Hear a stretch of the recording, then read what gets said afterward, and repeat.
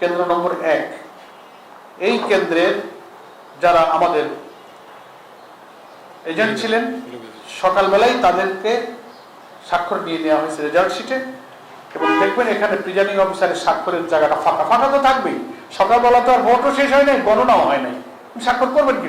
আপনারা জানেন যে আজকে বাংলাদেশের দুটো গুরুত্বপূর্ণ আসনে, বগুড়ায় একটি এবং শেরপুরে দুটো আসনে জাতীয় সংসদের এই দুটো আসনে নির্বাচন হচ্ছে। বগুড়া আসনে আগে যিনি প্রার্থী ছিলেন তিনি সে আসন ত্যাগ করার কারণে সেখানে নতুন করে নির্বাচন হচ্ছে। আর শেরপুরের আসনে বাংলাদেশ জামাত ইসলামীর পক্ষ থেকে যিনি নমিনি ছিলেন জনাব কামরুজ্জামান বাদল, তার ইন্তেকালের কারণে সেটি স্থগিত ছিল। আজকে একসাথে এই দুটো নির্বাচন অনুষ্ঠিত হচ্ছে। এই নির্বাচন নিয়ে আমাদের পর্যবেক্ষণ আমাদের সম্মানিত সেক্রেটারি জেনারেল আপনাদের সামনে উপস্থাপন করবেন, এবং আপনাদের মাধ্যমে আমরা জাতির কাছে এই নির্বাচন নিয়ে জাতির যে প্রত্যাশা ছিল, বিশেষ করে নির্বাচিত সরকার দায়িত্বে আসার পরে এই নির্বাচনটি হচ্ছে প্রথম নির্বাচন। দুটো গুরুত্বপূর্ণ জাতীয় সংসদের আসনে নির্বাচন হচ্ছে।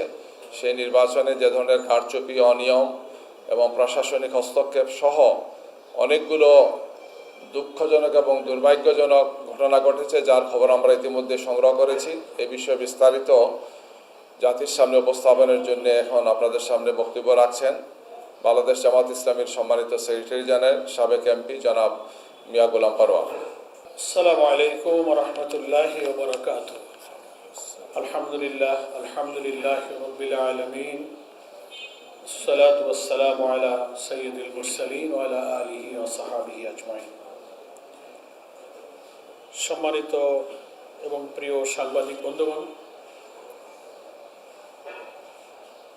আমরা খুব দুঃখ বেদনা নিয়ে আজকে বাংলাদেশ জামাত ইসলামীর এই কেন্দ্রীয় কার্যালয়ে সম্মানিত কেন্দ্রীয় নেতৃবৃন্দের উপস্থিতিতে আজকে বগুড়া এবং শেরপুরের দুইটি আসনে যে নির্বাচন অনুষ্ঠিত হচ্ছে তার গুরুতর কিছু অনিয়ম এবং একটা নির্বাচিত সরকারের দায়িত্বে পরিচালিত দুঃখজনক ভোট কারচুপি, জাল ভোট, এজেন্টদের বের করে দেওয়া, সকালেই সিটে স্বাক্ষর নিয়ে নেওয়ার মতো অনেক আপত্তিকর ঘটনাগুলো ঘটেছে। এখনো নির্বাচন চলছে। আমরা দুপুর 12টা পর্যন্ত সকাল থেকেই আমরা যোগাযোগ রাখছি।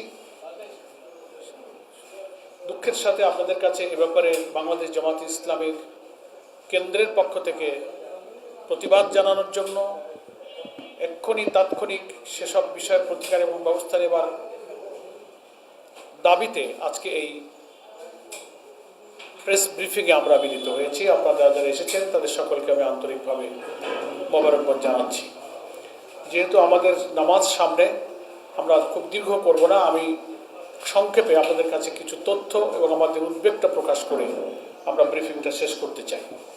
প্রিয় সাংবাদিক বন্ধুগণ, ভূমিকাতে আমি বলবো যে এই দুইটা উপনির্বাচন আমাদের প্রচার বিভাগের এহসানুল মাহবুব জুবায়ের ভাই আপনাদেরকে বলেছেন। শেরপুরে শ্রীবর্দী এবং চিনাইগাতি এখানে আমাদের প্রার্থী ইন্তেকাল করেছিলেন।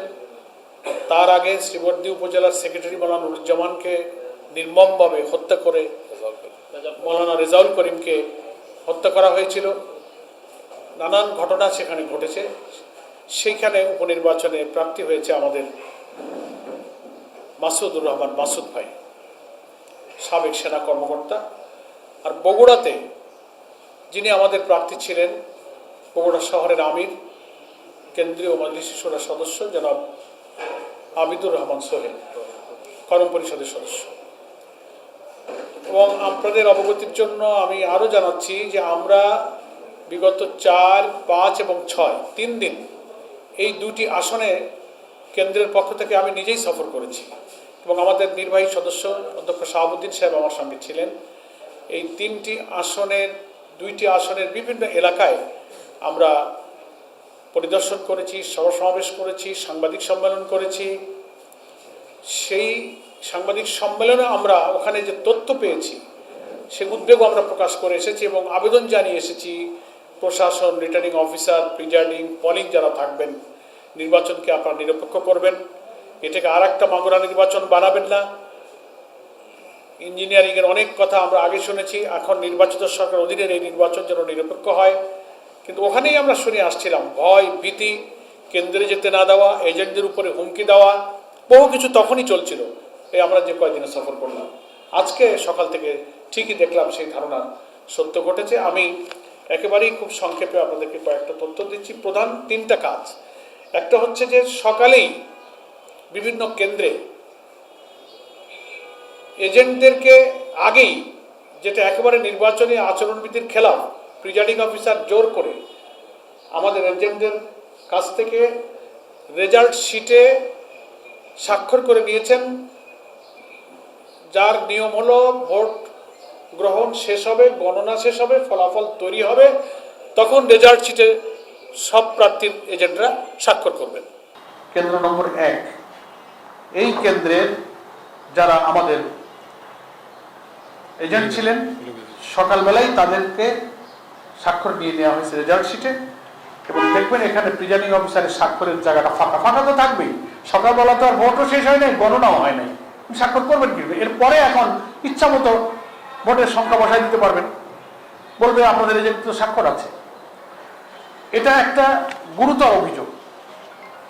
এরপরে জাল ভোট দিয়ে সিল মারা হচ্ছে এবং এজেন্টদেরকে বের করে দেওয়া হয়েছে। অন্তত 12টা পর্যন্ত আমি শেরপুরে নির্বাচনী এলাকা আমাদের, সেখানে 3 আর 3, 6, 7, 8, 9, 10, 11, 12, 13টা ভোট কেন্দ্র যেখান থেকে জোর করে এজেন্টদেরকে বের করে দেওয়া হয়েছে এবং জাল ভোট দেওয়া হচ্ছে সিল মেরে। কেন্দ্রগুলোর নাম আমি আপনাদেরকে বলতে পারি, আমার কাছে তার ফটোকপিও আছে, প্রয়োজন আপনি নিতে পারবেন।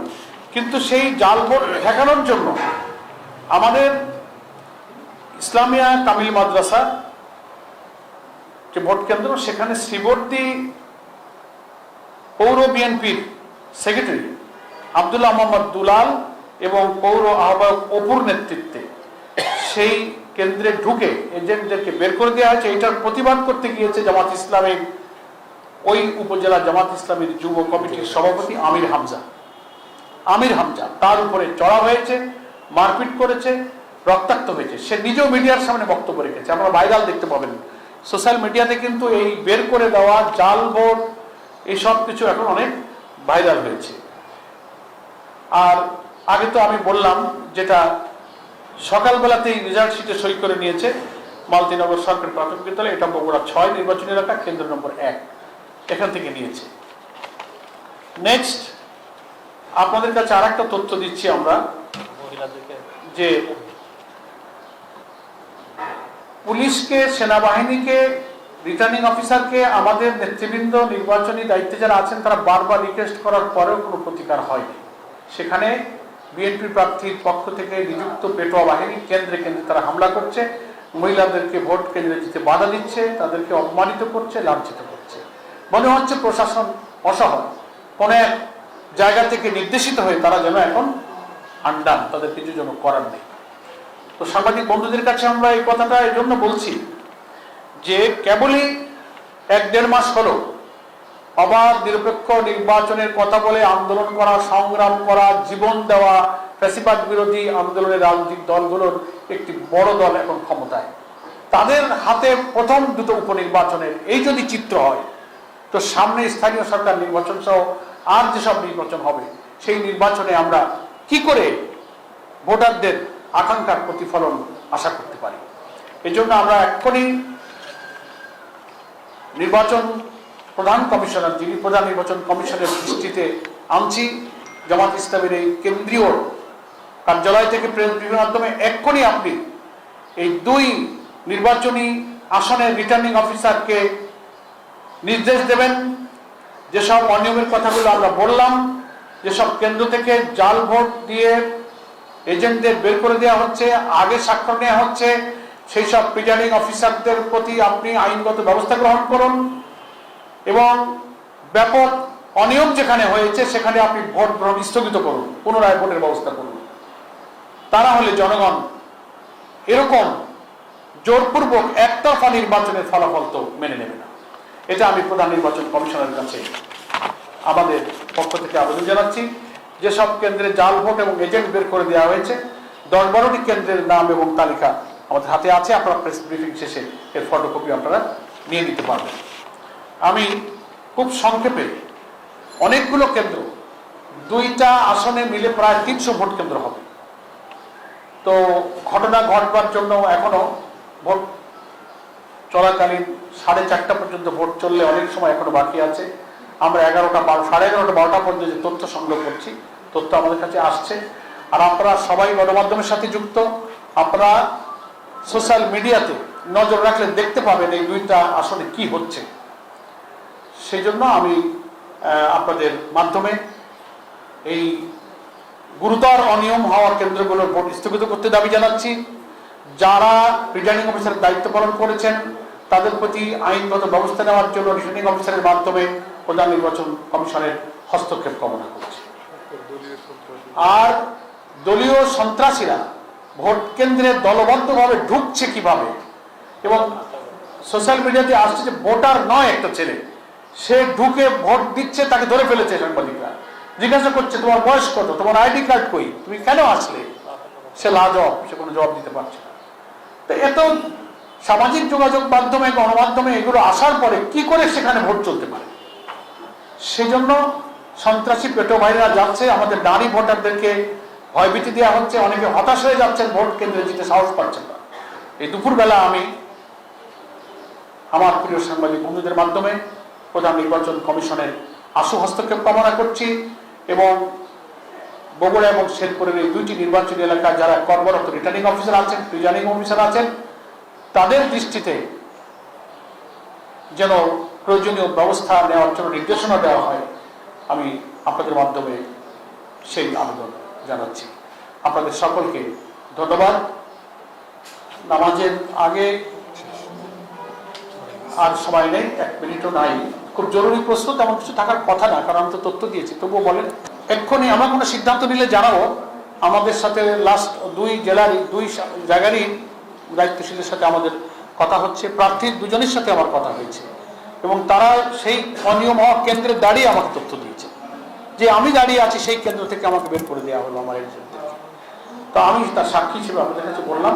আশা করি আপনারা বিভিন্ন সময় বাংলাদেশের গণমাধ্যম হিসেবে রাজনীতি, গণতন্ত্র এবং জনগণের একটা সংযোগের মাধ্যম হিসেবে যে ঐতিহাসিক দায়িত্ব পালন করেছেন, বাংলাদেশের প্রথম 2টো উপনির্বাচনে আশা করি আপনারা আপনাদের নৈতিক এবং পবিত্র পেশাগত দায়িত্ব পালন করবেন।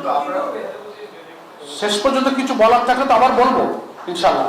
এখন তো আমরা ভোটে আছি, অভিযোগটা করছি, ব্যবস্থা নেওয়ার জন্য আবেদন করছি। আমরা নিয়মতান্ত্রিক গঠনমূলক রাজনীতিও করি, নির্বাচনে আমরা খুব ইমোশনালি আমরা চলবো না। আমরা অভিযোগটা আনলাম, যদি দেখি আমাদের পর্যালোচনা হলে যদি আমাদের কোনো সিদ্ধান্ত হয় আপনাদেরকে আমরা ধন্যবাদ। নামাজ এই যা বললাম সব বিএনপির উদ্দেশ্যে আসলে মূলত সরাসরি বলা হলো, কারণ তারাই সরকারের প্রধান, তাদের নিযুক্ত আমলারাই দায়িত্ব পালন করছেন, তারা সব দেখছেন। এ ব্যাপারে সংসদ এখনো চলছে, সংসদে বসে বসে ওনারা সোশ্যাল মিডিয়ায় দেখতে পাচ্ছেন। আমি মনে করি সরকার প্রধানের এ ব্যাপারে প্রয়োজনীয় নির্দেশনা দেওয়া উচিত, যদি জাতির কাছে তার প্রতিশ্রুতির ব্যাপারে সতর্ক এবং সজাগ থাকতে চান।